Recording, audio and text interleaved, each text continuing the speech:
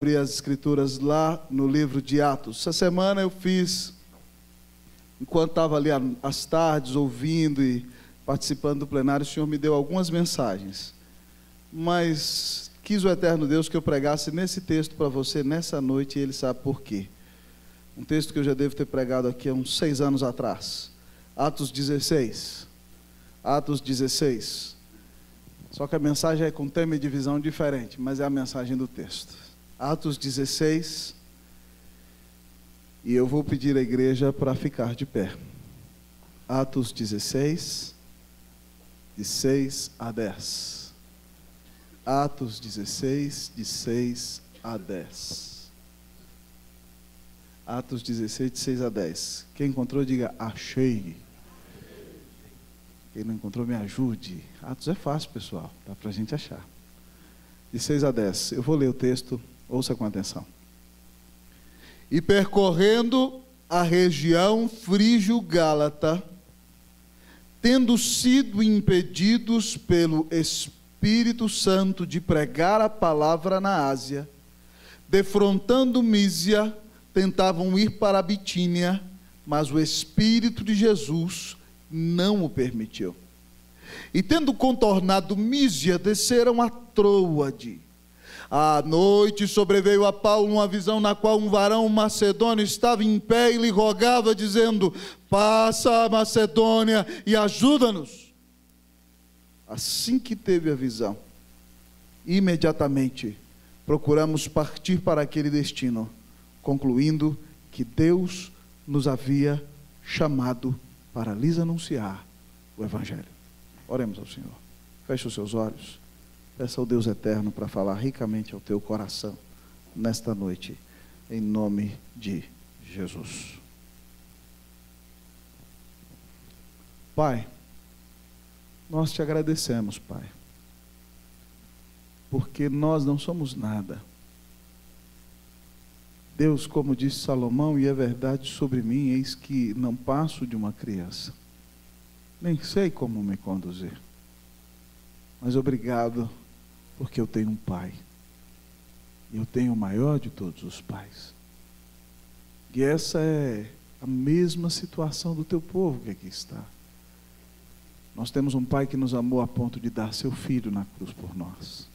Obrigado por Jesus, nosso Redentor, e obrigado porque das mãos do Senhor ninguém nos pode arrebatar.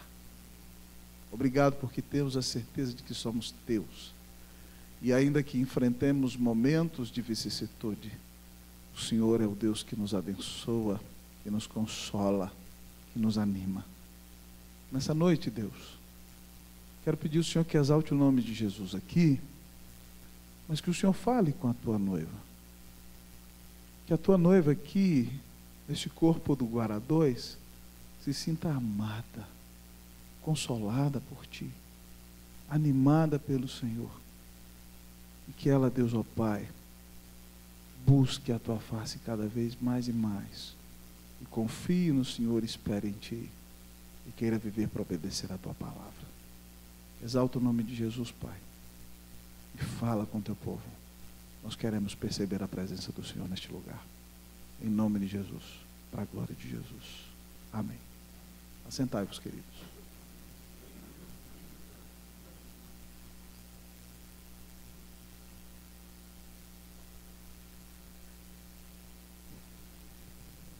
Queridos irmãos e irmãs, a missão inolvidável. Ó, reverendo Júnior, ali, vi agora, reverendo, depois de cumprimento no final. A missão ineludível, a missão intransferível da Igreja de Cristo Jesus é pregar o Evangelho e fazer discípulos conforme o mandato de seu Senhor. Essa não é a missão só do pastor Roster, do pastor Jefferson ou do pastor Camargo, tampouco somente dos presbíteros ou dos professores de escola dominical, talvez dos que cantam no louvor. Essa é a missão de todo aquele que foi lavado no sangue do Cordeiro, que foi comprado pelo sacrifício do Senhor Jesus. que é filho de Deus. Cada um de nós fomos chamados a proclamar as virtudes daquele que nos chamou das trevas para a sua maravilhosa luz.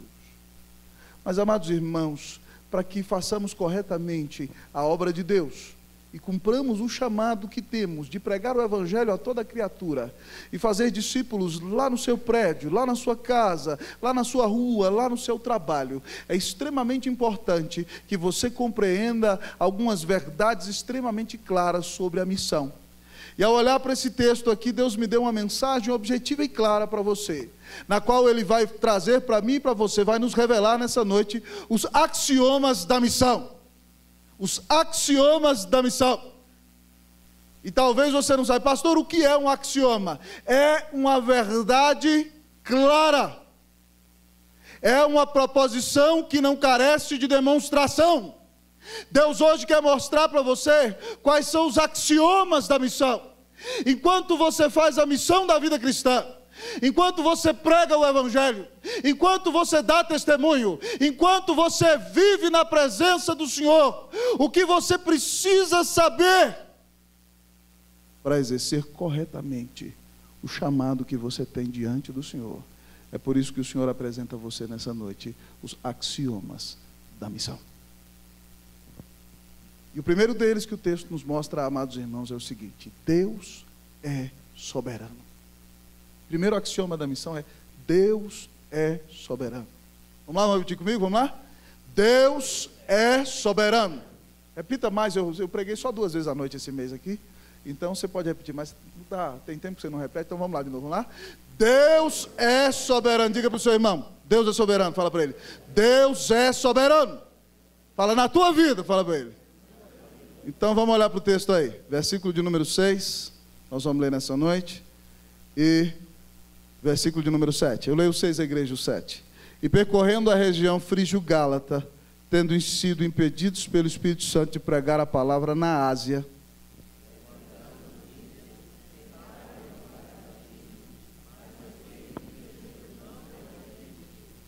queridos irmãos, depois de uma abençoadíssima primeira viagem missionária, Paulo e Barnabé estão se preparando para a segunda.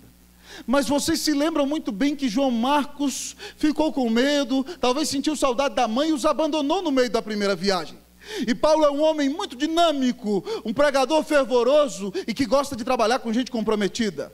Mas Barnabé é um homem de um coração pastoral incomparável. Então Barnabé quer levar a Marcos na segunda viagem missionária, mas Paulo diz: não é justo levar aquele que nos abandonou no meio do caminho. E há tal desavença entre eles, amados irmãos, que Barnabé vai cuidar de Marcos, vai para Chipre, vai pregar por lá, para pastorear o coração de Marcos. E Paulo toma Silas e vai para a segunda viagem missionária. Então ele chega em Listra e Derbe, e lá falam para ele de um rapaz chamado Timóteo, filho de mãe judia e pai grego. Ele circuncida Timóteo porque Timóteo vai pregar para judeus, não é porque ele precisa da circuncisão para ser salvo, para que ele seja um missionário mais contextualizado, e ele leva Timóteo.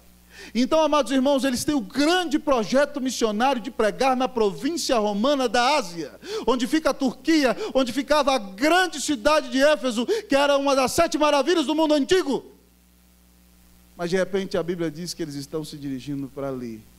E ele, percorrendo a região frígio-gálata, tentou ir para a Ásia. Mas o versículo nos diz que o Espírito do Senhor, o Espírito Santo, os impediu. Você já ouviu falar que o Espírito Santo impede a pregação da palavra, Fábio? Às vezes você ouviu: o capeta impede a pregação da palavra, né? Os homens, muitas vezes acontece, mas o texto diz que o Espírito Santo os impediu de pregar a palavra na Ásia. Eles tinham um plano e um projeto, e Deus disse: não, eu não quero que vocês estejam lá. Então, amados irmãos, eles tentaram reformular a rota, e diz a Bíblia que, defrontando Mísia, tentavam ir para a Bitínia, em direção à Rússia, também onde é a Turquia hoje, mas eles queriam ir para aquela região, e sabe o que o Espírito Santo disse? Não. Você não manda na sua vida. Diz o versículo 7, defrontando Mísia, tentavam ir para a Bitínia, mas o Espírito de Jesus não permitiu. Enquanto, Manuel, você vive a missão de ser um cristão fiel, vive pregando o Evangelho, ao lado de Rubenita todos os dias, Uma coisa que você nunca pode esquecer na sua vida, meu querido irmão, é que Deus é quem comanda a nossa vida. Deus é soberano. Muitas vezes você acha que é você que está no controle. Você faz os seus projetos, você traça o seu plano, você estabelece as suas metas e você nem ora. E de repente, então, Deus vem e diz para você, não. E aí você fica com a cara de tacho. Mas Ele te diz, não. Deus é soberano, irmãos. É Ele que coordena a nossa vida, é Ele que diz que sim, é Ele quem diz que não. É Ele que abre portas, é Ele quem fecha portas. Então, meu irmão, em nome de Jesus, seja mais humilde a cada dia na sua vida, entenda que quem controla a sua vida é o Senhor, não é você. Que as coisas não acontecem do seu jeito, acontecem do jeito de Deus. E do jeito que acontecem é a melhor maneira que podia acontecer. A Bíblia diz em Provérbios 16:1 que o coração do homem pode fazer planos, mas a resposta certa dos lábios vem do Senhor. Talvez você esteja enfrentando uma grande tempestade e você diz, mas pastor, parece que Deus me abandonou. Jesus não pôde evitar esse problema na sua vida. Amados irmãos, certo dia em Cafarnaum, há um avivamento. Jesus desce de pregar o sermão do monte, cura um leproso, cura o servo do centurião, cura a sogra de Pedro, e na porta da casa de Pedro, Jesus começa a impor as mãos, a curar, expulsar demônios, e há centenas de pessoas ali naquela porta. E naquele momento de grande apoteose, Jesus quer pregar em outros lugares e buscar a seu Pai em oração, e diz aos seus discípulos, preparem o barco, porque nós vamos atravessar o mar da Galileia.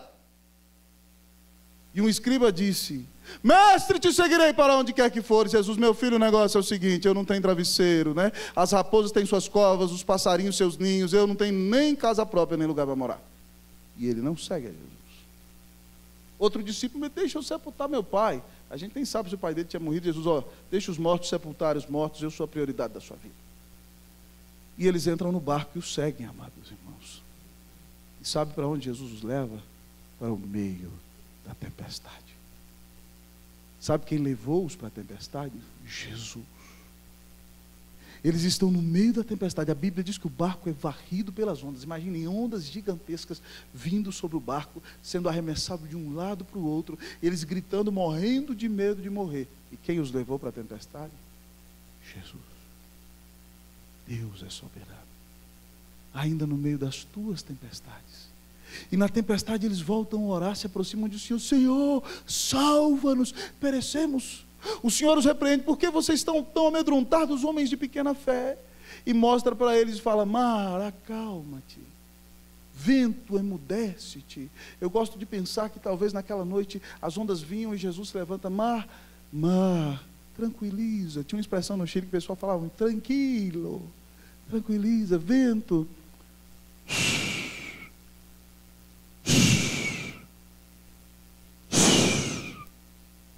O mar acalmou, o vento parou, e eles perplexos reconhecem a soberania do Senhor quando dizem, quem é esse que até o vento e o mar lhe obedecem? Quem é esse que até o vento e o mar lhe obedecem? O seu Senhor domina o vento e o mar. O seu Senhor Jesus, que morreu na cruz por você, é o Criador de tudo quanto existe. Se a situação está difícil, não se desespere. Ele não perdeu o controle. Se as circunstâncias não resultaram naquilo que você imaginou, não fique angustiado. Ele está no controle. Se o Brasil tomou de 7-1, não me venha dizer, mas pastor Davi Luiz e Tiago Silva são servos do Senhor. Nada melhor para eles do que lavar de 7, porque eles precisam ser humildes e eles são cristãos. Deus está no controle. Irmãos, eu fiquei impressionado no Supremo Concílio. Há delegações de igrejas presbiterianas de todos os países. A terça-feira de manhã, nós só ouvimos igrejas presbiterianas do mundo inteiro falando.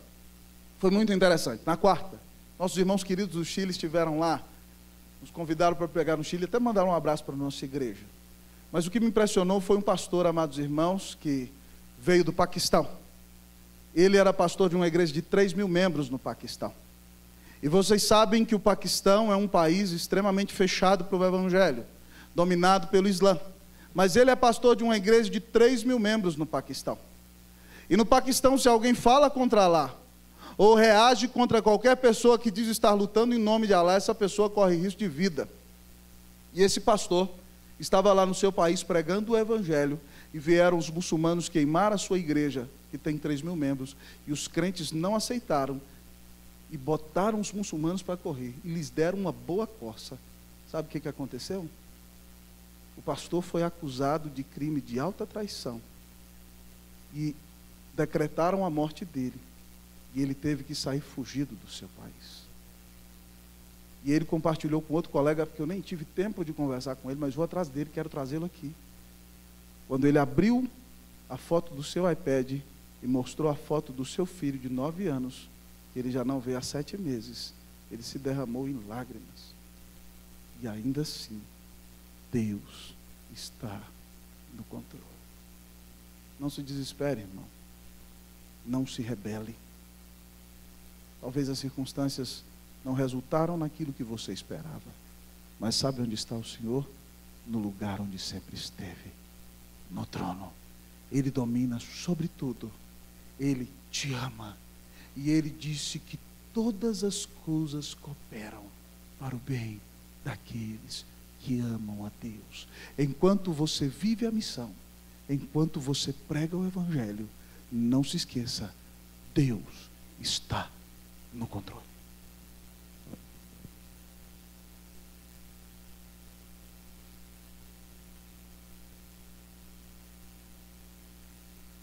Mas há, queridos irmãos e irmãs, como diz o nosso texto, outro axioma da missão.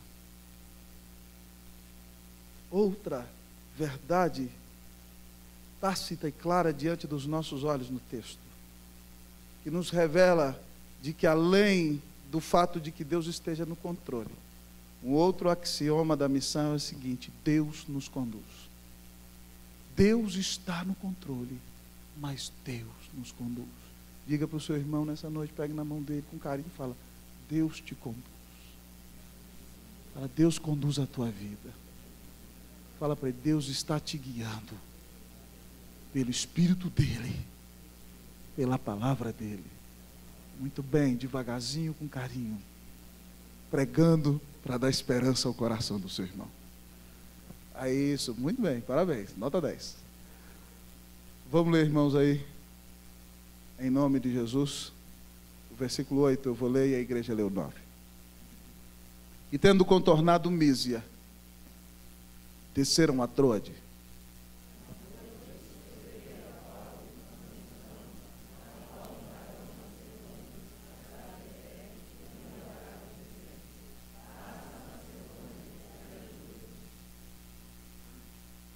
Contornaram Mísia, amados irmãos, não sabiam para onde ir.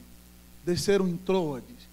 Troade se chama Troas, onde provavelmente era a antiga cidade de Troia, onde você viu o filme que falava de Aquiles. E diz o texto que eles estão em Troade dormindo à noite. Paulo pregou naquela igreja em outro texto, em outra ocasião. E Paulo tem uma visão, diz o texto. Essa palavra sobreveio do grego traz a ideia de que estava diante dele um vulto mesmo, uma aparição. No seu sonho, apareceu uma visão de um varão macedônio, um grego. A Macedônia era a Grécia. Paulo queria ir para a Turquia, mas o projeto de Deus é levar o Evangelho para a Europa, para que de lá ele se espalhe para o mundo inteiro e chegue ao teu coração e o meu. Paulo achava que naquele momento era a Turquia, mas Deus quer o Evangelho na Europa. Então, amados irmãos, ele tem a visão de um varão macedônio. Eu não sei se reverendo Jefferson, ele tinha aquela roupinha branca dos gregos, com aquele, né, com aquela coroinha assim que os gregos usavam, e ele diz: passa a Macedônia e ajuda-nos. Paulo entendeu que Deus estava ali falando e lhe dirigindo a palavra naquele instante através dessa visão. E foi. Mas é impressionante, amados irmãos, perceber como o grande Deus que fala conosco nas Escrituras promete conduzir cada passo. Cada dia da nossa existência, Ele conduz a nossa vida. Deus é maravilhoso, amados irmãos, e Ele conduz a nossa vida. A Bíblia diz no Salmo 25:12, que ao homem que teme ao Senhor, Ele o ensinará no caminho que deve escolher. Você talvez diga: pastor, agora eu perdi o controle. Você perdeu o controle. Sim, Deus está no controle, mas você não está descontrolado, porque a sua vida é dirigida, é conduzida em cada passo, em cada dia, pela mão bondosa, dadivosa e graciosa do Senhor. O apóstolo e sua equipe, Silas, Timóteo e Lucas, não sabem para onde ir, mas eles dependem do Senhor, e o Senhor diz: vá para a Macedônia. E porque ele vai para a Macedônia, irmãos, ele prega em Filipos, e Lídia se converte, e é batizada com ela toda a sua casa. Porque ele prega em Filipos, amados irmãos, ele expulsa o demônio de uma menina, é açoitado, é jogado na cadeia, e eles então louvam ao Senhor, a cadeia se abre, o carcereiro vai se matar, e Paulo grita: não te faça nenhum mal, porque nós aqui estamos. E aquele homem entra tremendo e diz: o que eu faço para ser salvo? Ele diz: crer no Senhor Jesus, e será salvo tu e tua casa. Porque eles não vão para a Ásia naquele momento e vão para a Europa. Paulo vai para Tessalônica, amados irmãos, e planta talvez a igreja plantada em um tempo recorde, mais rápido da história da humanidade. Em 3 sábados nasce a igreja de Tessalônica, em um grande avivamento. Uma igreja bíblica, uma igreja viva, uma igreja forte, uma igreja cheia de vida. Amados irmãos, ele vai depois para Bereia, e ali você tem o exemplo maravilhoso dos judeus, que são mais nobres que os de Tessalônica, porque enquanto ele prega, eles conferem nas Escrituras.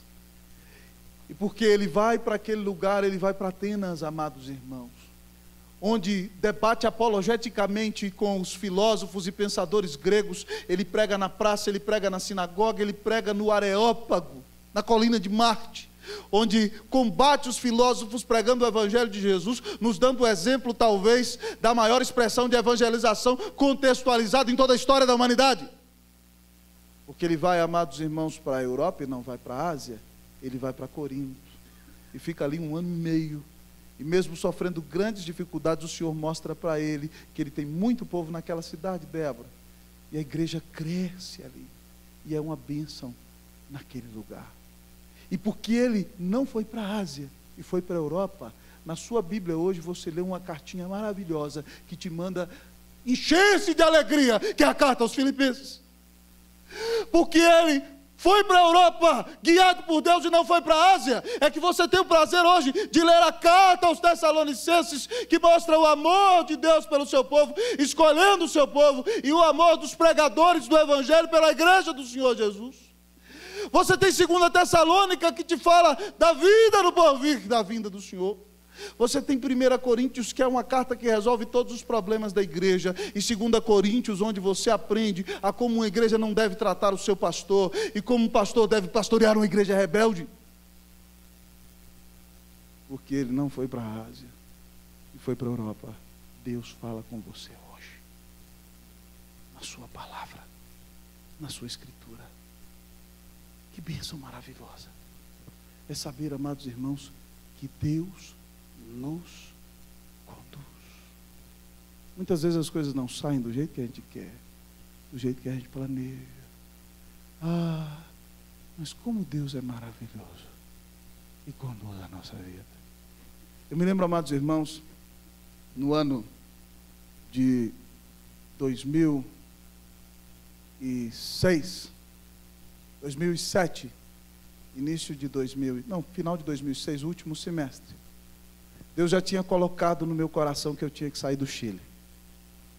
E eu tinha algumas economias, às vezes viajava muito de avião para o Brasil, para lá, para cá, guardava um dinheirinho, queimava rápido. Mas eu fiz umas economias.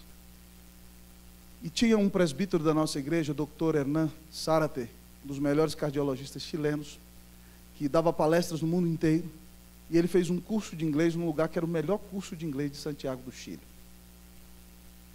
E eu terminei, avisei para o conselho em 2006 que Deus tinha terminado meu tempo na igreja. E eu falei: Cleusa, nós vamos para os Estados Unidos. E peguei todo o dinheiro que eu tinha e fui lá. Só que tinha uma coisa: o curso era tão bom que eles em 8 meses prometiam que você saia falando, mas você tinha que pagar tudo de uma vez. E o dinheiro não tinha retorno. E sabe o que aconteceu? Eu fui lá e paguei tudo de uma vez. Falei: vou falar inglês, vou para os Estados Unidos, fazer meu tão sonhado doutorado, Se Deus quiser eu fico lá, se Deus não quiser eu vou para outro lugar. E sabe o que aconteceu? Minha esposa ficou grávida da Isabelle. E sabe o que aconteceu? Ela teve descolamento de placenta. E sabe o que aconteceu? Ela teve 4 sangramentos. E no quarto, amados irmãos, nós chegamos e o doutor já falou, o próprio doutor falou, não dá mais, perdeu, essa criança não segura. E de repente a gente chorava, e minha própria esposa disse, Senhor, eu não aguento mais, toda vez esse sangramento, essa angústia, a gente chorando na clínica. E ele bota lá para fazer a ecografia, o coraçãozinho da Isabelle. Glória a Deus, que alegria. Mas sabe o que aconteceu? Ela teve que ficar 4 meses da cama para o banheiro, do banheiro para a cama, para a sala. E eu era líder da equipe de brasileiros no Chile, pastoreava uma igreja em crescimento, dava 5 matérias no seminário e tinha que viajar de norte a sul do Chile pregando. E sabe o que aconteceu? Eu tinha um filho de 2 anos. 2 anos nada, né? Tinha 1 e pouco, 1 e meio. Que agora a mãe não podia levantar da cama e o pai tinha que cuidar. Graças a Deus, a SAF do Chile levava almoço lá em casa todo dia. E à noite eu me virava e a gente comia comida chinesa.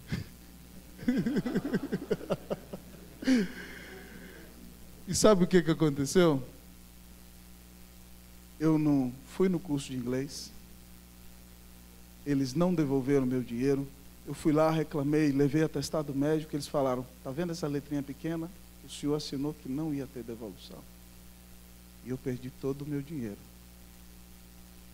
Mas eu tenho uma filha maravilhosa. E eu sou o pastor de vocês hoje. Eu não estaria aqui, irmãos. Eu agradeço a Deus. Deus mostrou que eu não tenho que depender do dinheiro. Que o dinheiro não é o Senhor da minha vida. Que as coisas não são feitas do jeito que eu quero. E que quem conduz a minha vida é o Senhor. E que privilégio foi vir para cá, estar com você já há 7 anos e ver as grandes coisas que Deus tem realizado em nosso meio e para além das nossas 4 paredes, por meio da instrumentalidade dessa igreja. Quase que eu fui para os Estados Unidos, mas Deus disse não, falou, sua América se chama Guará 2. O Guará 2 é a Califórnia brasileira. Louvado seja Deus. Amados irmãos, Deus conduz a nossa vida. Deus conduz a tua vida, cristão. Talvez as circunstâncias não saíram conforme o teu desejo, mas Deus está no controle e Ele conduz a tua vida. O Senhor Jesus diz lá em Apocalipse 3:7 que Ele é o santo e o verdadeiro, que tem na sua mão a chave de Davi, que abre portas que ninguém pode fechar e fecha portas que ninguém pode abrir. Se o Senhor abriu as portas para você, entre, porque o Senhor está abrindo. Mas se o Senhor está fechando portas, é porque Ele está conduzindo a sua vida para o melhor. E continua tendo um plano maravilhoso para a sua vida. Deus te conduz, servo do Senhor. Deus dirige a sua vida. Esse é um axioma da vida de um missionário. Deus está no controle, Deus nos conduz. Mas talvez você diga como Shakespeare, ser ou não ser, eis a questão. Ou como aquele programinha intelectual que passa desde que meu pai era criança. E agora quem poderá me ajudar?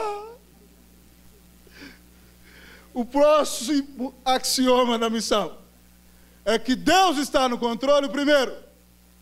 O segundo nos diz que Deus nos conduz, mas o terceiro é simples e objetivo, é que nós devemos obedecer. Primeiro, Deus está no controle. Segundo, Deus nos conduz. Terceiro, devemos obedecer. Versículo de número 9, eu leio, vocês o 10. À noite sobreveio a Paulo uma visão, na qual um varão macedônio estava em pé e lhe rogava, dizendo, passa a Macedônia e ajuda-nos. Vocês.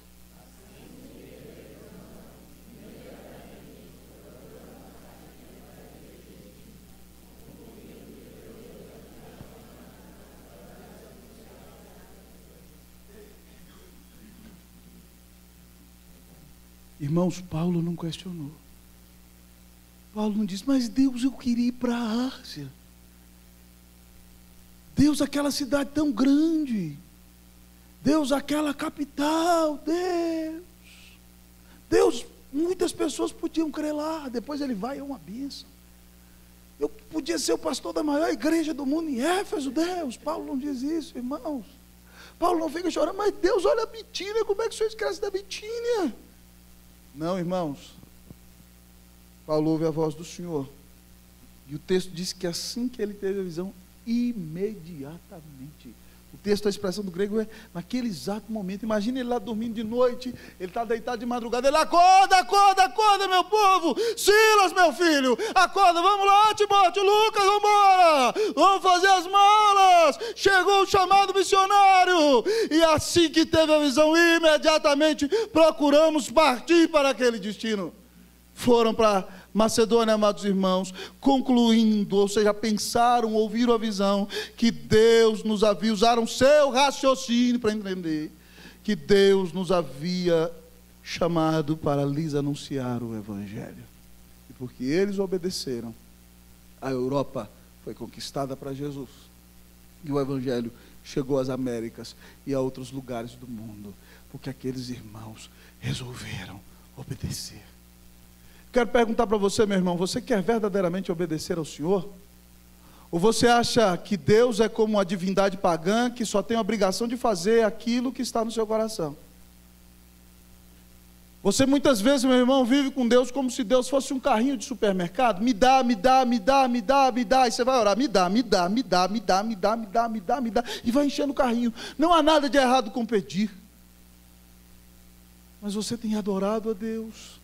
Você tem se submetido a Deus, você tem buscado a adequação da tua vida àquilo que a palavra de Deus exige de você. O apóstolo e sua equipe missionária, eles levantam, eu imagino, amados irmãos, como aquele rapaz lá do Quarteto Fantástico, aquele todo de pedra, como é que ele chama? Coisa, né? Ele olha para os seus amigos do Quarteto Fantástico e fala assim, está na hora do pau, pá, e parte para a briga. Paulo diz, vamos embora, pessoal, está na hora. Vamos embora saquear o inferno através da pregação do Evangelho do Senhor. E eles vão, amados irmãos, pregar o Evangelho do Senhor. É isso aí, é assim mesmo, é a luta contra o capeta e os seus demônios.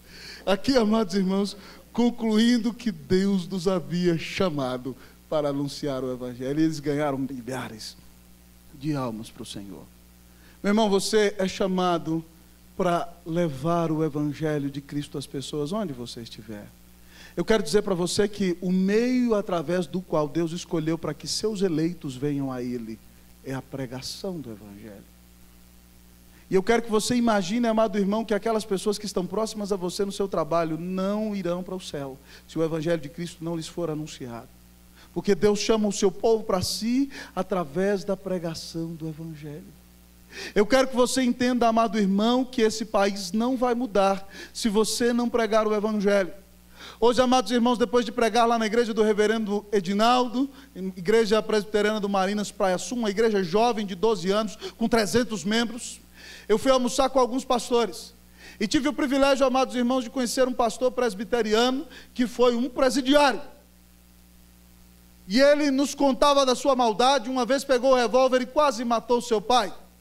Matou um traficante uma vez, e quando estava sendo condenado pela justiça, depois de uma vida de crime e enganos, a sua mãe o convida a ir a um acampamento da igreja presbiteriana, e o Evangelho é pregado, e aquele homem crê, e a vida dele é mudada, e depois ele vai cumprir pena na cadeia, e planta uma igreja na cadeia, irmãos, e sai da cadeia e vai para o seminário, e hoje é um abençoado pastor presbiteriano, presidente de sínodo, pregador do Evangelho. Sabe por quê? Porque alguém resolveu obedecer. Alguém resolveu abrir a boca e dizer aos pecadores que Deus amou ao mundo de tal maneira que deu o seu Filho unigênito para que todo aquele que nele crê não pereça, mas tenha vida eterna. Sabe aquele cachaceiro lá da sua rua? A única esperança que ele tem se chama Jesus. Sabe aquele vizinho seu que bate na mulher? A única esperança que ele tem se chama Jesus. Sabe aquele colega seu, funcionário público de alto escalão, que cheira drogas todas as semanas, a única esperança que ele tem é Jesus. E você tem o Evangelho para anunciá-lo, e você se furta a esse chamado, meu irmão. Você tem o privilégio de dizer ao mundo que há um só Deus e um só mediador entre Deus e os homens. Que Deus amou tanto a pecadores e ao seu povo, que deu o seu Filho numa cruz para pagar os nossos pecados. Jesus foi crucificado na minha cruz. A espada da ira que tinha que cair sobre mim, caiu sobre ele. A ira do Pai foi derramada nele. Ele sofreu um sofrimento eterno. Ele ressuscitou. E agora está de braços abertos, dizendo a pecadores: vinde a mim os que estáis cansados e sobrecarregados, e eu vos aliviarei. E o Senhor tem dito à igreja presbiteriana do Guará 2: passa a Brasília e ajuda-nos. Passa o Guará e ajuda-nos. Passa a Taguatinga, ao Plano, a Águas Claras. Nossa igreja não é uma igreja mais do Guará, irmãos, é da cidade de Algama.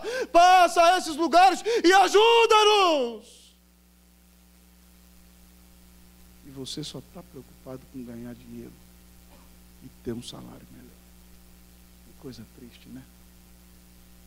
Eu acho que é dia de se arrepender hoje.